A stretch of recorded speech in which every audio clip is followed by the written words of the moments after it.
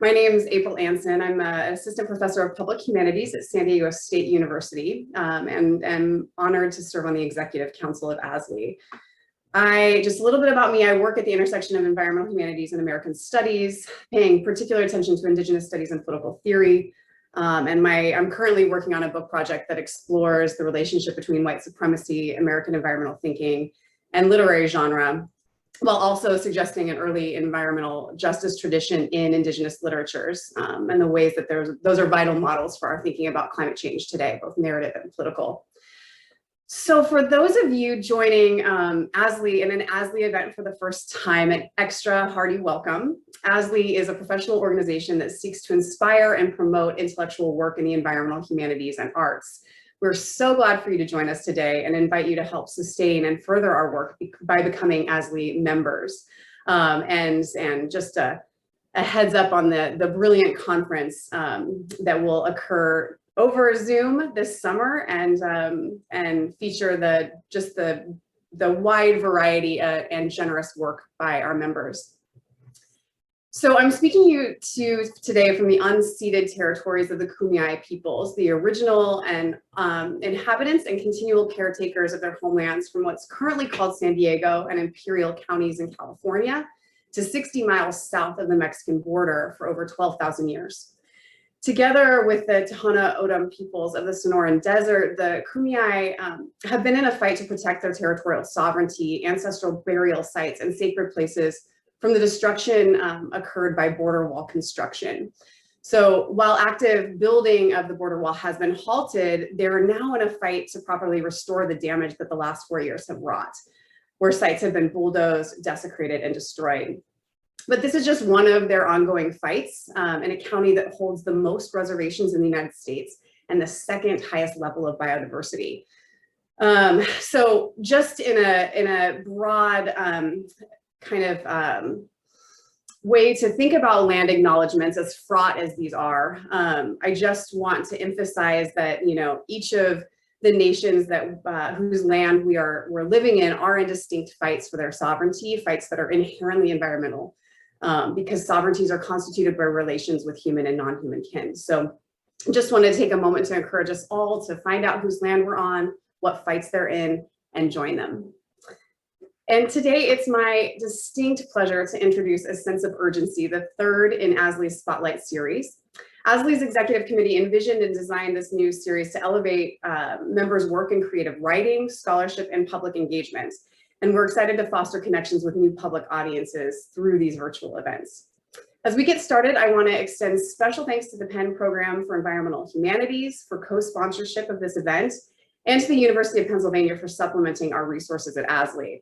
Special thanks to Angela Ferranda at PPH, as well as to Amy McIntyre, ASLE's amazing managing director, a thankless job that she does so gracefully.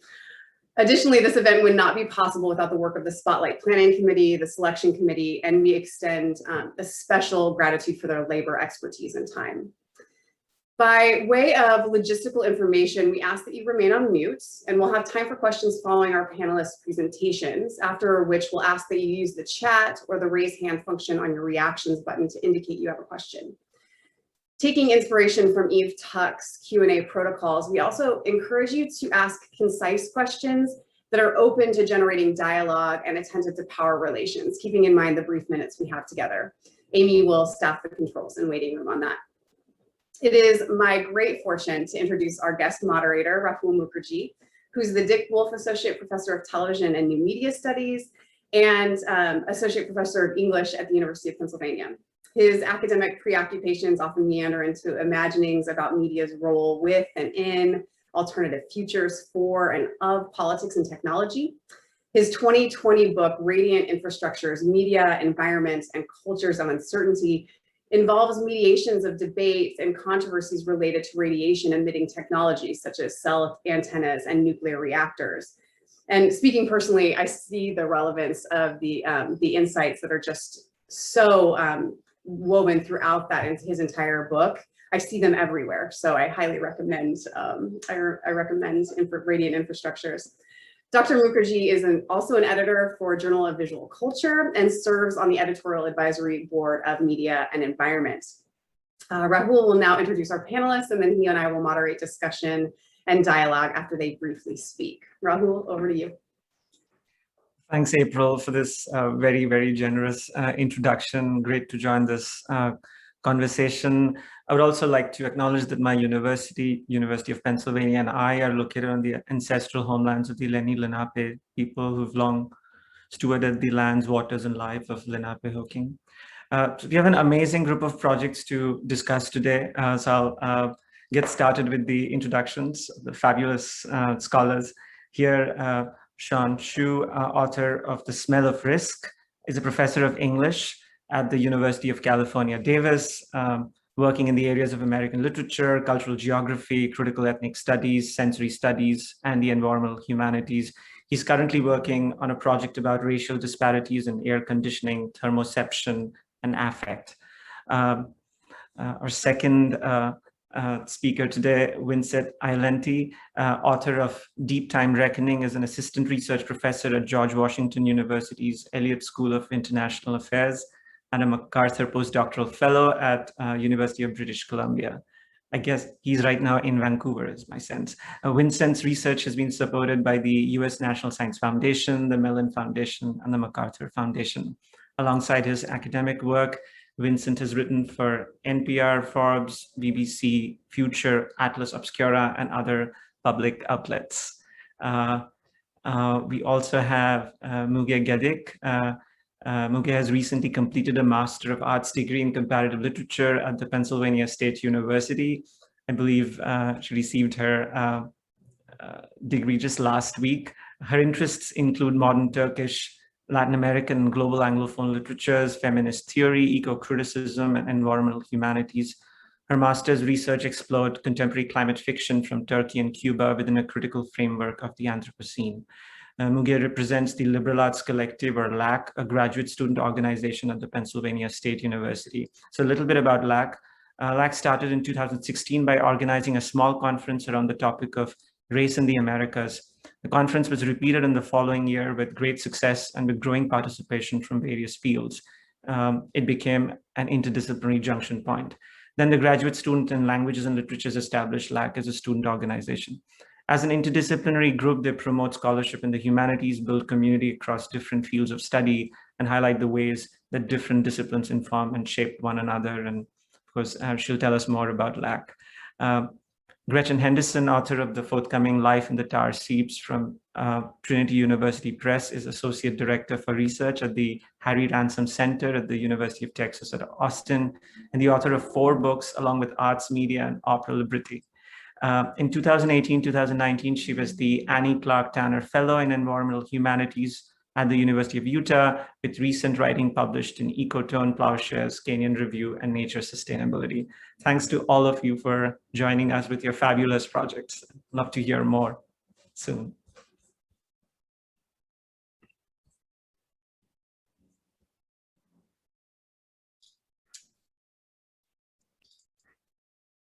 So I think we'll start with Hsuan Xu, or Gretchen, actually, it seems like. Yeah.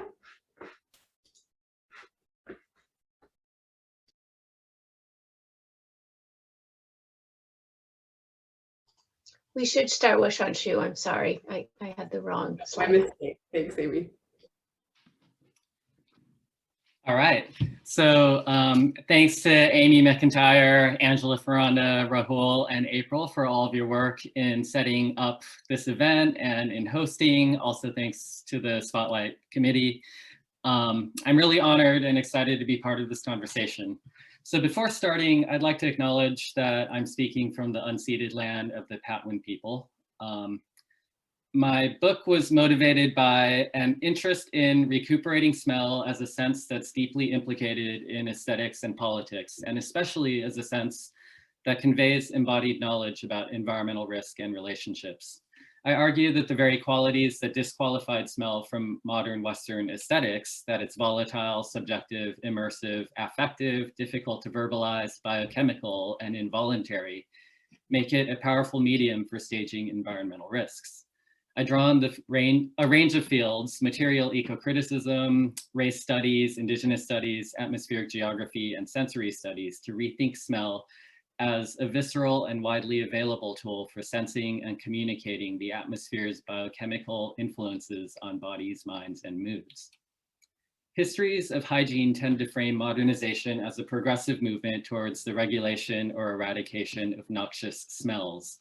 I argue instead that modernity is driven by patterns of differential deodorization that redistribute bad air to poorer, more vulnerable communities within and far beyond the US. The deodorization of Western aesthetics serves to both obscure and devalue the kinds of knowledge and narratives afforded by smell. Olfactory aesthetics can counteract this tendency toward deodorization, reclaiming smell as a sense that's deeply attuned to the material agency of differentiated air. So the first half of the book studies a range of forms where smell plays an unusually pronounced role. I start with detective fiction, contrasting 19th century accounts of the detective as an agent of deodorization on the scent of deviant odors and individuals, with later works where the detective's nose traces violence and premature death to infrastructural and atmospheric agencies. Another chapter looks at literary naturalism, an unusually smelly form that dramatizes how atmosphere enters, debilitates, and slowly kills characters and populations. I trace naturalist olfactory description from 19th century authors to Elena Maria Viramontes' novels about the ambient effects of pesticide exposure and freeway construction experienced by Latinx communities in California. I also try to provide in another chapter a framework for understanding olfactory art, or art that incorporates scent, as a provocative emergent medium for environmental and environmental justice engagement. The last two chapters focus more explicitly on how atmosphere and odor have worked as media of racialization and settler colonialism. I introduced the term Atmo-Orientalism to delineate the long history of anti-Chinese discourse that construes Asiatics as a malodorous, miasmatic threat to respiration and health, clearly evident in recent assaults on people appearing to be Chinese during the COVID pandemic, and also evident in this map of New York's smelliest blocks in Chinatown, pictured here. And I read Hsuan Far's Mrs. Spring Fragrance and Annika Yee's Guggenheim installation, Life is Cheap, in which she gasses visitors with the smells of bacteria sourced from Chinatown and Koreatown, as interventions in this discourse of anti-Asian olfactory racism. Finally, I consider how settler colonialism has transformed indigenous smellscapes. In addition to exposing the devastating effects of both the devaluation of smell and of atmospheric deracination on indigenous people, I consider how the Hawaiian poet activist Haunani K. Trask and the Potawatomi plant scientist Robin Wall Kimmerer write about Kanaka Maoli, Potawatomi, and Mohawk relationships, personal, aesthetic, or ceremonial, with fragrant materials such as rock musk, mylie vine, and sweetgrass. Trask and Kimmerer framed the smells of indigenous land and plants as modes of communication that call them into renewed relationships of reciprocity with the more than human world. Overall, I hope that the book will help energize new research on olfactory ecologies as a consequential and often overlooked site of atmospheric violence and contestation. Thanks.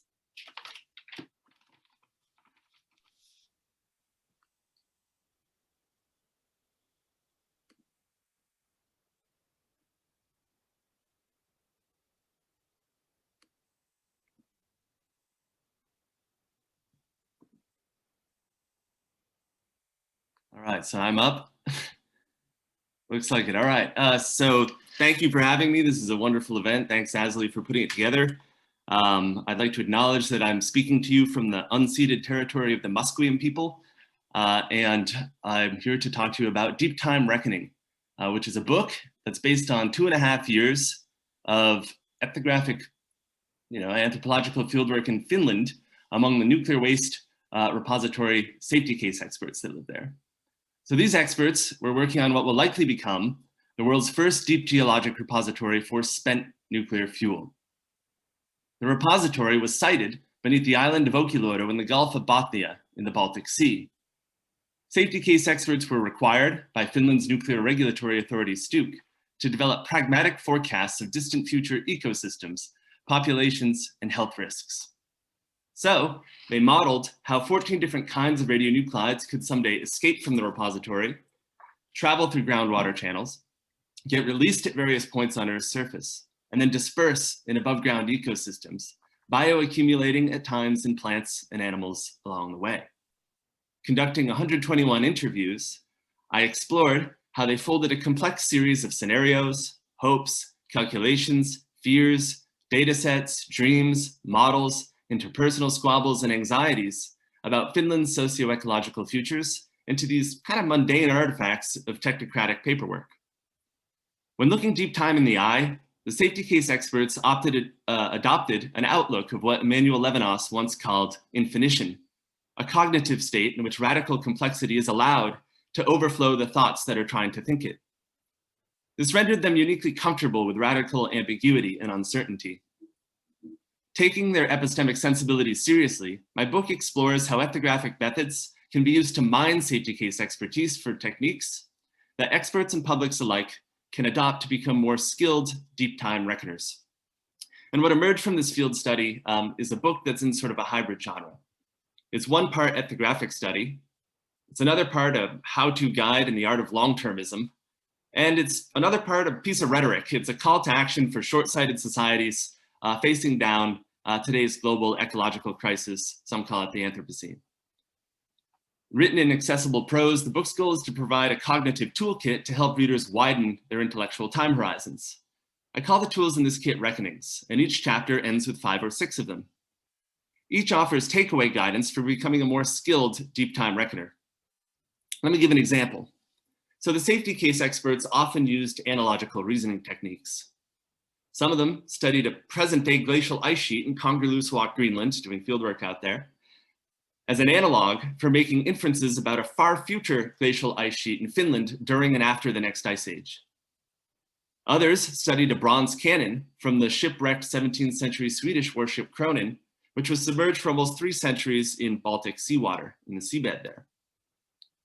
They studied it as an analog for how Finland's nuclear waste repository canisters that they put the spent fuel in may or may not corrode across deep time.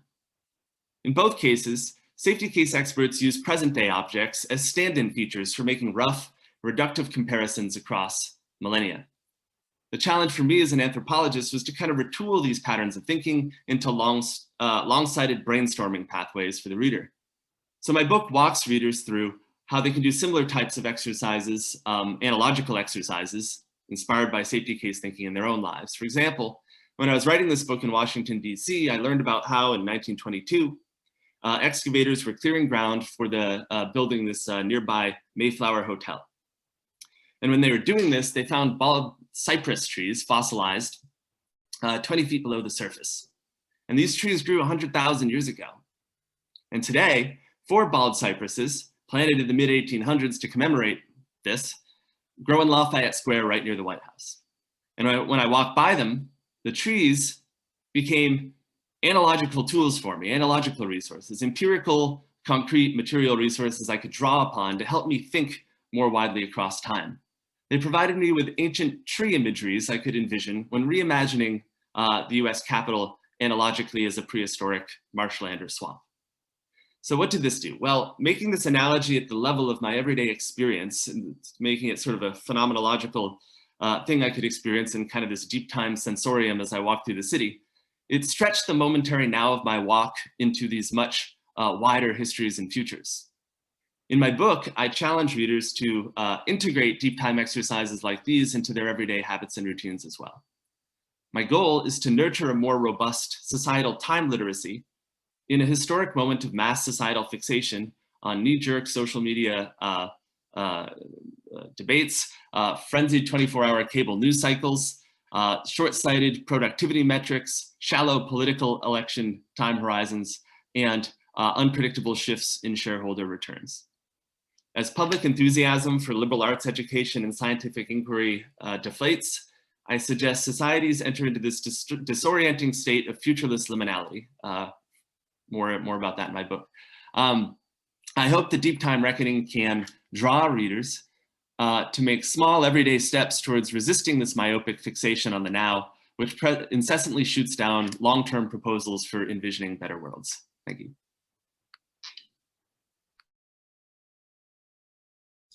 Thank you so much, Vincent. And next we'll hear from Eula and the Liberal Arts. She's going to talk about the Liberal Arts Collective at Pennsylvania State.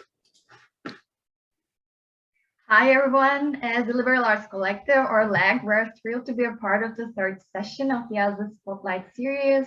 We would like to thank the organizers of this event. I'm very excited to be in this virtual room with you, and other members of our team are also here.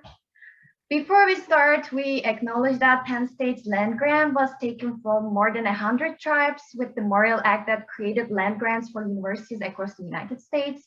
And Penn State's campuses and we are located on the ancestral homelands of the Erie, Haudenosaunee, Lenni Lenape, Shawnee, Susquehannock, and Wajaji nations. In order to commit to the work of dismantling the ongoing legacies of settler colonialism and the exclusions and erasures of many indigenous peoples, it is crucial for us as the University Park students to reflect and address the complicated past of exploitation and dispossession of indigenous peoples by our university. So what you're seeing in the slide is the team behind the Unraveling the Anthropocene project. We called this year's project Unraveling the Anthropocene, Race, Environment, and Pandemic to reflect the intersections of the pandemic with racial and environmental crises. In our discussions with scholars, activists, artists, and community members, we address how global ecological crises both impact and are impacted by political turmoil, widespread outbreaks of infectious disease, and racial violence. Unraveling the Anthropocene is a multi-platform event. It includes the podcast series, a parallel reading group, and a roundtable that took place in March. I encourage you to check our website and our pilot episode in which we introduce our team and also explain our story in detail. So one part of our title is the Anthropocene, and you might be familiar with this term. The term suggests that we're living in a time where humans have become one of the most powerful forces that determine how the Earth functions. We knew that there was a lot of controversy surrounding the term. For example, periodization, anthropocentrism. We also need to recognize the entanglement of human activity and non-human agencies. Another problem is the category of the anthropos, the human, and it requires that we question the very foundation of the universalist Western liberal subjectivity, ethics, and politics that fetishize the capacity of human reason, and also human rights discourses to resolve environmental crises. So when the COVID-19 pandemic started, maybe you remember we had a saying, we're in this together, but we're critical of such sweeping universal statements and the crisis, urgency, emergency discourses surrounding the pandemic. We believe that they include long and diverse histories that culminate in our contemporary moment. So our urgency is to unravel the Anthropocene, and by unraveling the Anthropocene, we mean creating a platform that allows for a conversation between the growing body of definitions, studies, and lived experiences during this era of transition in their various manifestations in diverse fields and also in various media. Our series hopes to establish a dialogue between different forms of knowledge production and transmission. In our project, we also program multiplicities, and we take race, class, and gender as important categories, and we pay attention to the historical specificities and lineages of colonialism, extractive politics, slavery, dehumanization, and objectification of lives and also matter.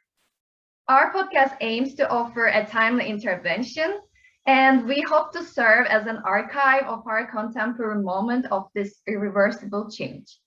So we invite speakers from all over the world to discuss their experiences and also their research to envision a different form of transnational solidarity. We have a couple of main questions, and these are: which communities are being disproportionately affected by the climate crisis and the pandemic? How do governments, transnational corporations, and civil society organizations approach these issues? What is the relationship between increasing police violence, discriminatory immigration policies, censorship, and other forms of oppression that contribute to the profound disparity in how environmental crises are experienced by different communities? And finally, we ask our guests, what are some ways in which research, activism, art, and outreach programs can help raise awareness and also redress issues of environmental and racial justice? So far, We have released 24 episodes and we have more to come. Topics we have covered include the ways in which humor could be a tool to speak back to power and histories of colonialism in Africa, documenting Black Lives Matter in New York City through photography, confronting religious and environmental racism in Brazil, transboundary water justice and environmental peace building in the Middle East, linking climate change and racial justice through eco-intersectional analyses. So for a full list of our episodes, I invite you to explore our website and also our Spotify page. I will be sharing the links in the chat. And thank you. We're looking forward to the conversation. Thank you so much, Muha and the Liberal Arts Collective. Very excited to dig into that work. And last but not least, Gretchen. Thank you all for coming today. It's really my pleasure and privilege to join such amazing presenters, with thanks to our hosts, April, Rahul, Amy, and all the other ASLE organizers and selection committee. I'm joining in person from Washington, D.C., virtually through Texas to speak about Utah. So there are too many lands to acknowledge, but focusing on Utah, given that the Salt Lake Valley has always been a gathering place for Indigenous peoples, I'd like to acknowledge this land as the traditional and ancestral homelands of the Ute, Shoshone, Paiute, Pashut tribes that remains a crossroad for Indigenous peoples. Hopefully my slide and its medley of photographs is up to ground you all a bit in the landscape that is the subject of my forthcoming book on life in the tar seeps, overlooked ecologies at Great Salt Lake and beyond. And I'll just read a small sampling. I went to Great Salt Lake after recovering from being hit by a car on man-made asphalt, but it took me longer to correlate the lake's tar seeps of natural asphalt by comparison. Associations of life and death, degeneration and regeneration, injury and healing slowly started to congeal. Over that time, I witnessed a team of environmental scientists, artistic curators, land managers, and students working collaboratively to steward a challenging place. My accident colored the backdrop against which I came to see the lake, not as dead, but as wildly alive, a watershed for shifting perceptions of any overlooked place. At Great Salt Lake, an intricate and vulnerable web supports many lives. The lake's story shifts with water cycles, bird migrations, microbial studies, environmental arts, and cultural histories shaped by Indigenous knowledges, overwritten by colonial settlements, whose legacies live on in environmental threats. At Roselle Point, in the remote north arm of the lake, a series of tar seeps converge near the iconic earthwork by Robert Smithson called Spiral Jetty. Tar seeps are pools of raw oil that creep up from tectonic fractures and spread across the Earth's surface like sticky flypaper. Spiral Jetty uncoils a massive spiral of salt-encrusted black basalt, around 15 feet wide and 1,500 feet long, counterclockwise into Great Salt Lake. Smithson deliberately placed Spiral Jetty adjacent to the tar seeps and their abandoned attempts at oil drilling to invite comparison. Visitors sometimes mistake the black sprawl of oil seeps and their straight jetty for his artwork. Through repeated visits to the site, I grew to see Spiral Jetty and the tar seeps side by side, both as earthworks, one by man, the other nature-made, suggesting natural agency and articulation beyond words. Both inscriptions beckoned beyond human understanding, raising questions about many kinds of marks that we make on this earth.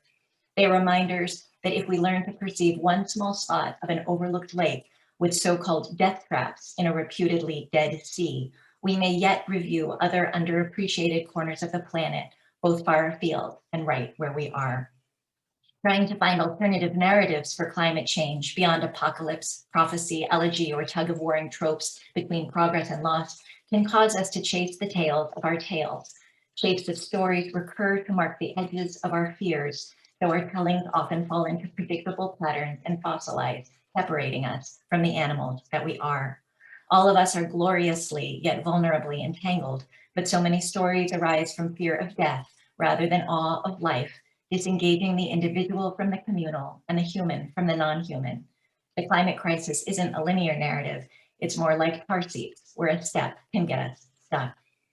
At Roselle Point, the otherworldly landscape swallows a human body into the reality of its smallness, the gravity of its orbit. On the ground, seemingly isolated, relationships tighten, connecting art to tar, to salt, to water. Actions recalibrate. Each movement demands presence. Senses awaken beyond sight. Life reduces elementally. Human presence is thrown into relief as perceptions deform around how we devalue any place. Each year at Roselle Point, the surface melts. Natural asphalt bubbles up from underground sludge and creeps across the face of the earth. Roselle Point resists easy meanings of what is valued and not, of beauty and ugliness, of purity and ruin, of benefit and loss, of access and distance, of place and displacement. Binaries break down, fear and hope, danger and safety, conserved and wasted, wounded and healed. In a world characterized by oppositions, Roselle Point reveals the wide gray space between. To walk the mud flats surrounded by natural death traps in a reputedly dead sea blurs life across time and place. Separations melt I to we. Under our skins thrive microbial ecosystems. Sloshing in our ears, biorhythms reverberate as microseisms, humming as a heartbeat or the ancient music of the spheres. In a seemingly timeless yet time-stamped landscape, dormancy turns agency, urgency. Everything is here, there, then, and now. In danger of getting stuck in habitual traps, a footprint evokes a human body. A feather conjures a bird. Ugliness beautifies. Darkness meets light as binary stars falling into each other's gravity and interdependently orbiting while constellating with other shifting stars.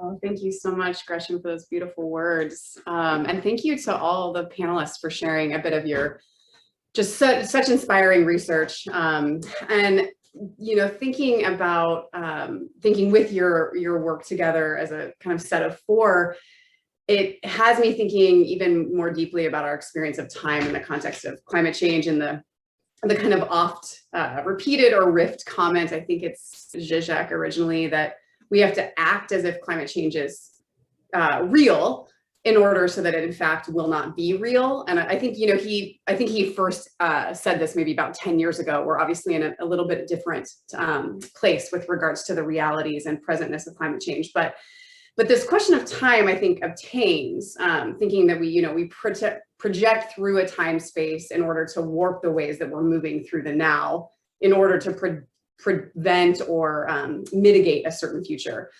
This is a kind of time-space travel that I feel really resonates with how a lot of Black feminist scholars that I'm reading are speaking about it specifically. Or for example, Alexis Pauline Gumbs mentions that she describes Black feminist time travel as Harriet Tubman imagining a future when her people would be free so that she would have the strength to go back and free others, in the same way that activists in the street now kind of draw on the strength of Harriet Tubman to keep up the fight. So there's a time space traversing that is happening in this, you know, activist imaginary that seems in some ways, you know, really alive in each of your works differently. So thinking about Ialenti's Deeptime Reckoning, of course, the Lax podcast, which I imagine recording itself is kind of a weird time space projection to future audiences, but also just recording in the warping time of pandemic,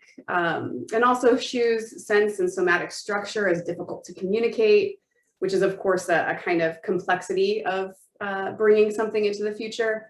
And Henderson's feeling of going backward in time, seeing beings frozen in the tar seeps as part of this wicked stickiness of climate change. So in a kind of short sum, I'm wondering how each of you think about the role of time, and specifically like just the somatic experience of time. And if your perspective on that has shifted in the course of your, in each of your projects. And you can go ahead and answer in whatever order feels appropriate. Thank you.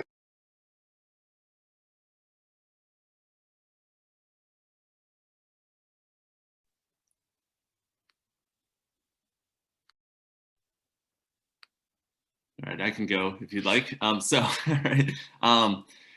yeah, the big epistemic challenge in my fieldwork was, you know, how do I kind of transpose this abstract, highly technical safety case, nuclear waste expertise into something that's more experience near. And what I came up with were these kind of quirky mental time travel exercises that I call reckonings at the end of my book. I gave a little example of this in my intro talk, the Cronin Canon, Greenland ice sheet, glacier, how I can kind of spin them off and reframe them as deep time imagination exercises. But this can also mean embracing something like what geologist Marcia Bjornerud calls timefulness, which is going through your life more mindful or timeful, that our present world contains so many earlier worlds and traces of the past that are still with us in some way, little traces and fragments everywhere. But what I'll add here to this question is this timefulness can be a fully embodied somatic experience too. It can be kind of an art of noticing as you walk through the world that engages with our sense of smell, vision, touch, sound, whatever, because deep time is everywhere. For example, when we walk down the street, we can attune to how the rocks beneath our feet have this multi-million or billion-year geological history. We can think about how the air we breathe is mediated by carbon emissions for decades, centuries ago. We can reflect on if we hear a bird chirping as it flies by, reflect on the multi-million-year evolutionary history that brought that bird to encounter me in that moment. And then you can start thinking about the multi-million-year evolutionary history in my own cells, in my own body, in my own fleshy existence, right? So this is kind of a deep time horizon scanning that I advocate in my book. And it can be a somatic embodied practice. When I go hiking in Appalachia, for instance, I try to imagine the rolling hills looking like the Alps or the Himalayas. I have one right behind me, actually, because that's how the Appalachians looked at a different point in geological history. So it's a way of taking those imageries as a way of distancing yourself from the now and enchanting your hike with a wider time horizon. This can not only help us become more wise planetary stewards, but also help us become more polytemporal beings. And I think that's precisely what the current global environmental crisis calls for. I just really love the idea of timefulness, so I thought I would chime in and thinking about smell in terms of timefulness. So yeah, it makes me think of Tim Choi and Jerry Z's work on like atmospheric suspension and the way that particles change states, right? So from, being in lakes, being in dirt, they kind of get kicked back up into the air, and things that had settled in other times can kind of like become re-enlivened and then enter and re-enliven our bodies in different ways. I did want to say that the theme of this panel really made me think about smell as a sense of urgency, right? A sense that, has evolved as largely a warning sense about things not to eat, places not to go. And so I was interested in smell as a way, as a kind of tool for communicating about like spatial inequities in like the distribution of air, the way that what I call differential deodorization has basically like deferred that urgency of, a bunch of different emissions, largely climate emissions, for people in deodorized places of privilege, right? That air gets moved elsewhere.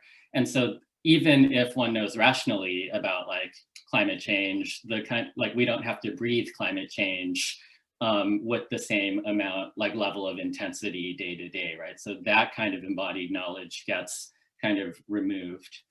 I also wanted to say, in terms of like the Black feminist thinking about time, that I've been, since finishing the book, I've been thinking quite a bit and writing a little bit about BIPOC speculative fiction and the uses of olfaction in the work of like Larissa Lai, Saltfish Girl, but also Octavia Butler, right? So her imagining of smell as a way to kind of like call us or seduce us into alternate forms of queer interspecies kinship that at least offer like structures of organizing kinship and the world that, might be outside of patriarchal modes that have had clearly like awful climate consequences.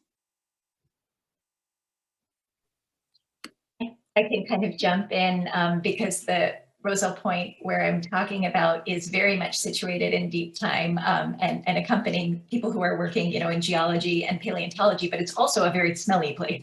The Great Salt Lake is kind of known as a stinky lake.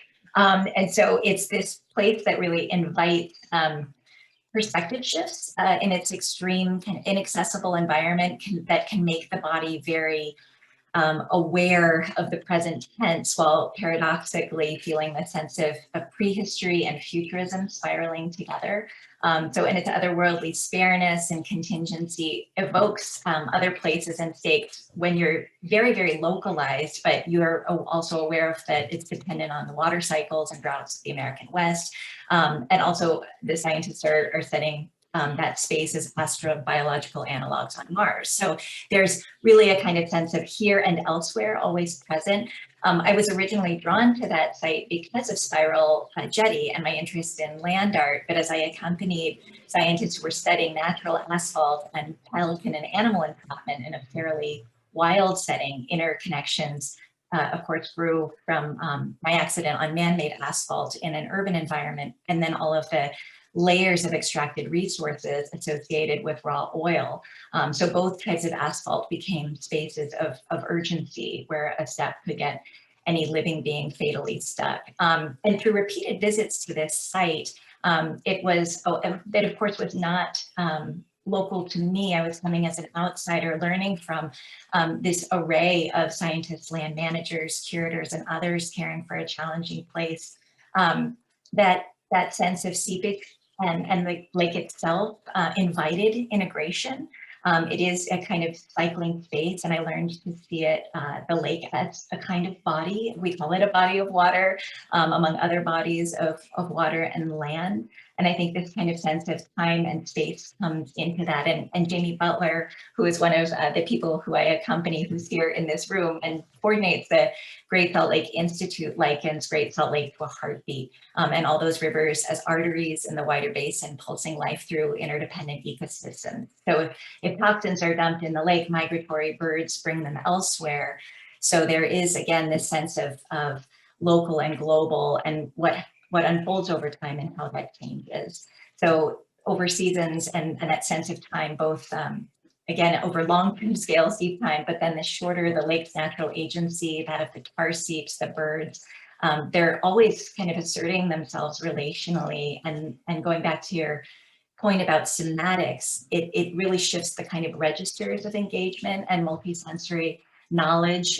So even on that slide where I had a set of footprints, those were my footprints where I got stuck accidentally in a tar seep that had been covered by sand. And you really see the winter when it's frozen is a very different space than in summer when it's baking heat and the lake really is a series of mirages and the microbial life, watercolors, the palette, and the bugs nip your skin. And then of course the live pelicans come and migrate because it's lying at the intersection of the four major bird flyways of North America. So that sense of perception, of course, really shifts it from a dead sea to something very much with life, that continues to spiral into other times and places that also interconnect these concepts of environmental and human injuries and healing over time. Thank you very much for this question. This is also something we have discussed among ourselves towards the middle of the project, because when we talk about the embodied experience of recording the podcast, it's kind of, you know, a disembodied experience because we're in a digital space, but we're never together. And we work as a team and we host guest speakers that focus on their locality and their embodied experiences. But again, we never share the space with anybody else. So I guess we came to a point where we cannot think of this embodied experience separate from virtual space as well. In terms of time, when the pandemic started, I think we felt the urgency, but also we have lost our sense of time because we were not changing our spaces. And the production also is not a linear process for the recorders and the editors, although it might feel linear for the listeners. And another thing is that we're creating an archive for future audiences, but one of the most important things for us is to engage with current issues. And even if we are dealing with older problems, we try to tie them to our contemporary moment through their historical processes. And also we reflect on today, but we also project to the future. And there is also the documentary aspect of this series. We document now, not only in its historical grand structural changes, but also what kind of futures it can signify.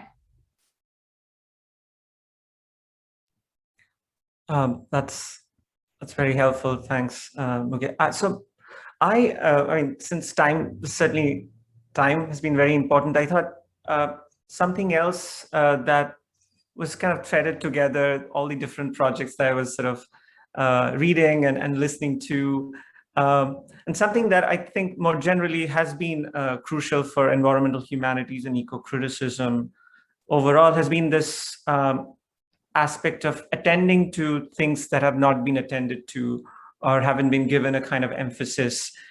And the other aspect was the sense of accompanying or collaborating with researchers, activists, writers that I saw in all projects. So Hsuan, your project, which fabulous book, really thinks through the question of what an emphasis on smell can do in terms of thinking about environmental risks. So thinking about smell in a media world saturated with images and sound. Gretchen, you mentioned, of course, accompanying Jamie Butler, who is here on these kind of travels to the Great Salt Lake, but also talking about the lake as sometimes very ignored because it's not considered beautiful in this kind of a perception of a certain kind of aesthetic sense. Vincent, in your thing, it's certainly about paying attention to deep times of nuclear wastes, to the technical details of canisters, copper canisters, but it was also it seemed like you were in the time that you spent with the experts in Finland. There's a whole expert cultures which comes out from Finland in your book. It seemed like you were accompanying them in their lives. And I mean, thinking about lack, Muge again, in your, you mentioned that one of the aims is to have a conversation across many different knowledge systems. And you have people who are artists, people who are activists, people who are academics, all coming together that you interview So how do you sense these two aspects? One, of course, something about attending to something which has not been attended to, and this aspect of collaboration or accompaniment in your various projects.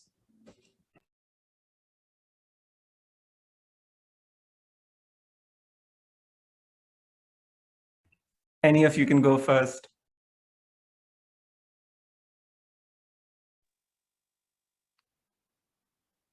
All right, well, we can stick to the order from before. So Deeptime is interesting. Yeah, it's something that's always with us, but it's something that's almost never attended to in everyday life for the vast majority of people, unless you're a geologist or a variety of other people too. But one reason is because it's overwhelming. Gazing into the abyss of deep time can evoke these feelings of meaninglessness or awe or mystery or terror or the sublime. And when you reach out to try to analyze or grasp its complexity, you're kind of left with what Marilyn Strathern calls remainders, right? Like you analyze and then there's a remainder at the end, which elicits more analysis, which leaves more remainders, which elicits more analysis, which leaves more remainders, and so on forever. So there's this kind of fascinating analytical infinity inside of deep time that's right beneath our noses that people don't really pay too much attention to, and it's ubiquitously everywhere. Yet it's also strangely invisible. So my book tries to kind of escape that gridlock. And I do so through collaborative ethnography, as you say, accompanying these experts, co-producing visions of the future, reasoning laterally or side by side them, and kind of seeing how ethnography can be used to kind of absorb and retool and redeploy my nuclear waste informants' long-sighted patterns of reasoning as techniques for making deep time at least more thinkable. I don't say we can all become deep time reckoners with accuracy, but we can make it something a little more amenable to something other than just navel gazing speculation. We can have a more palpable set of resources for thinking about the future. So what's this copper canister, copper nuclear waste canister look like from this perspective? Well, the thing they put their spent fuel in. Well, in one sense, for them, it's an engineered barrier system they have to get a regulatory license for. For me, it's something different. It's what Gabriel Hecht calls an interscalar vehicle. And it's something that can help me navigate through deep time, human time, political time, social time, and connect these different stories and timescales that are usually kept apart and separate and pull them together. So what's the canister? Well, it's a nexus of regulatory temporalities, right? It's one feature of a broader nuclear waste repository construction licensing procedure. It's also a nexus of political temporalities. It's an artifact of Finland's decision to build nuclear reactors in the 70s and early 80s, and then again in the early 2000s. They're one of the only Western European countries building more nuclear reactors right now. It's also this nexus of organizational temporalities, right? It's this mundane artifact of everyday office life and technocratic paperwork. And then within this, it's also a nexus of deep geological temporalities, right? This effort to contain the multi-millennial half-life of nuclear waste. So put these all together, what do you get? Well, you get this vehicle for making deep time more experience near and for navigating all the different timescapes, to use Barbara Adams' terms, that converge in a nuclear waste repository project. So I think it can be an interesting laboratory for adopting a more polytemporal sensibility. It's one of the most crucial tasks during global ecological crisis as well.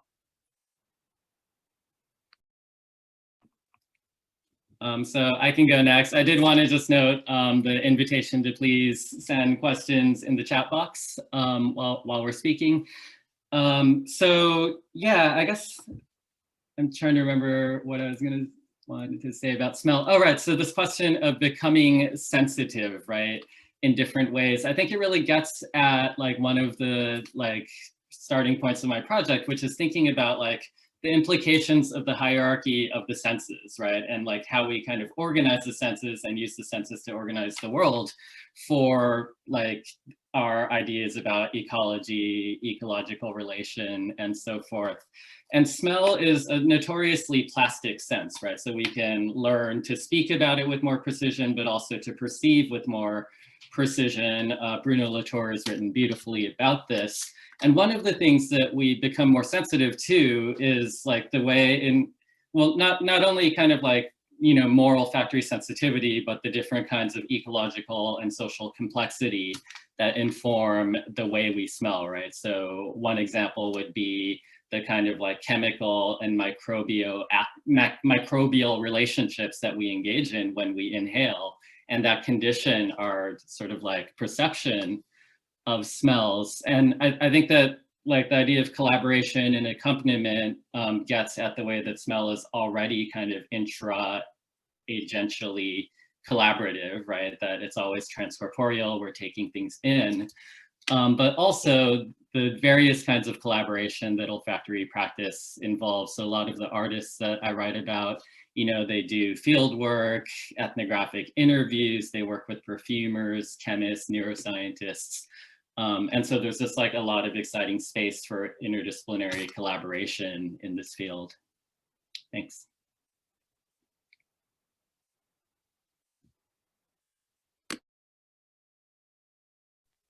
Okay, I'll jump in.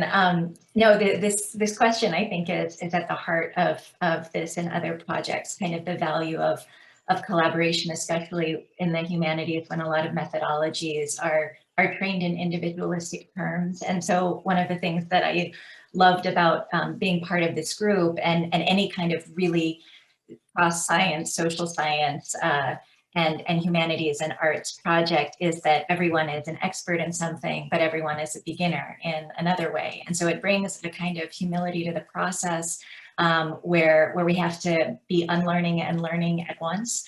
And so that sense of the opportunities that it opens up for better consultation and listening, which obviously all of us are learning every day for our entire lives.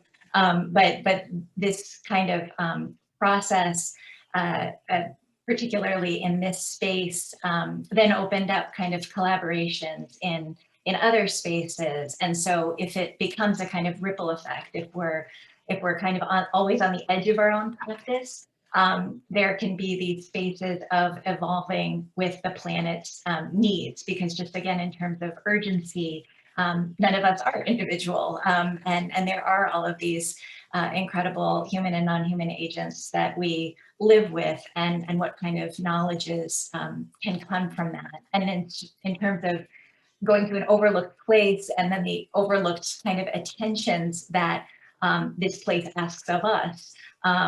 There are obviously many fields that start coming to bear because the collaborative stewards, in terms of like the Great Salt Lake Institute, it's also the Dia Art Foundation and the Utah Museum of Fine Arts who are stewarding Spiral Jetty, as well as the Division of Forestry, Fire and State Lands that the artwork needs to leave the lands from, and then the layers just kind of continue. So all of them are bringing their own narratives to this place.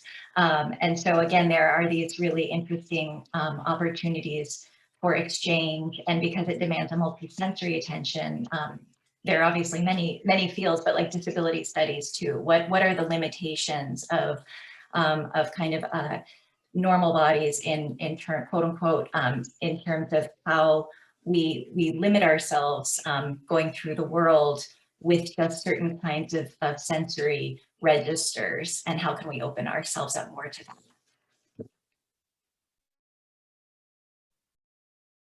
Thank you for the question. As you suggested, the importance of community organizing and collaboration in environmental justice has appeared as a common point in many of our episodes.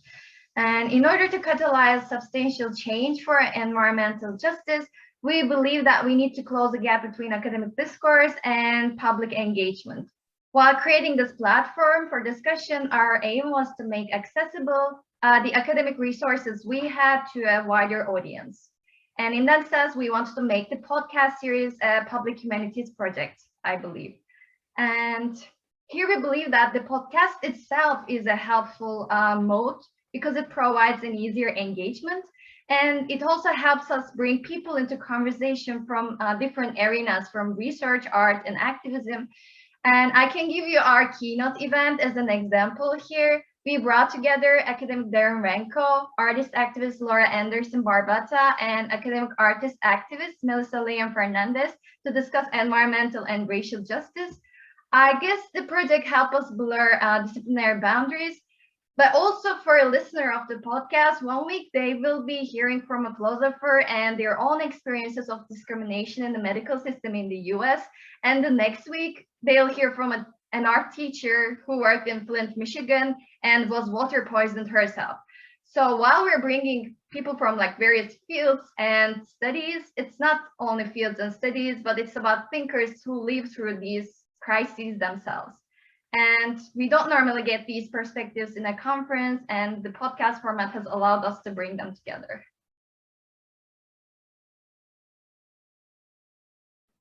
Thank you so much. I mean, I'm sure I have a lot of questions. April has a lot of questions, and all of us have a lot of questions.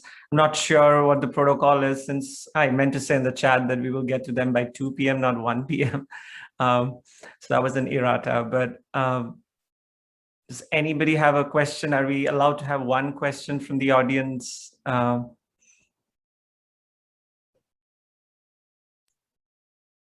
think we can. Wants to weigh in on that, or? A question that's not in the chat, perhaps, but you would like to ask?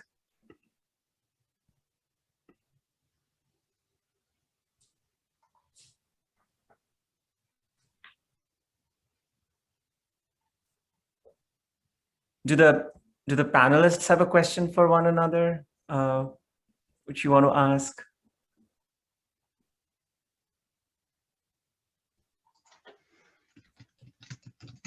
Too many questions. I think that's opening up another hour at least, or maybe another year. No, these have been fabulous projects, and it's been wonderful to hear about them more. And I know I have more questions, which I will email Hsuan, I'll email Vincent, I'll email Miguel, email Gretchen, and all of you who heard about their wonderful projects, I'm sure will email them, and I'm sure they would love to hear from you. Okay, so Jamie did ask a question. Jamie, would you like to, maybe that's the last word today? Well, and it was that,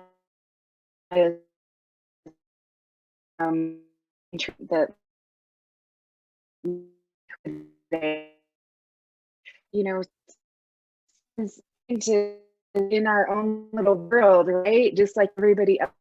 How do we connect with folks like you that are doing all of this beautiful work? Is there a way to be more intentional that I could say, hey, here's some tips?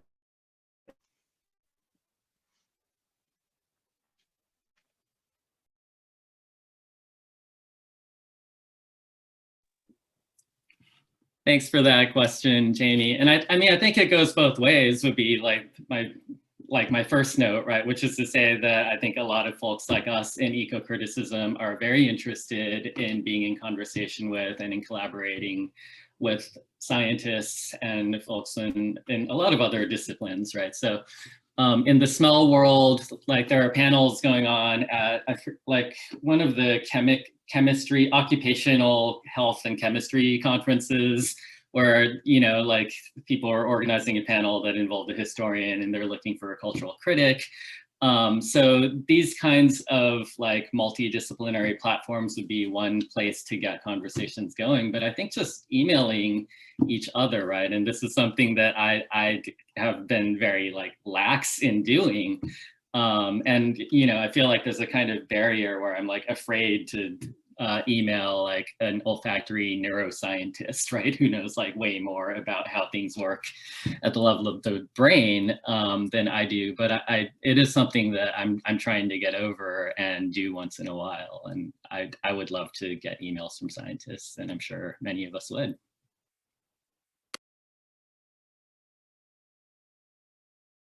Thanks. I think we will just conclude by thanking ASLE organizers and all the participants, and of course, our great audience for joining us today on a Friday afternoon or late morning, depending on where you are.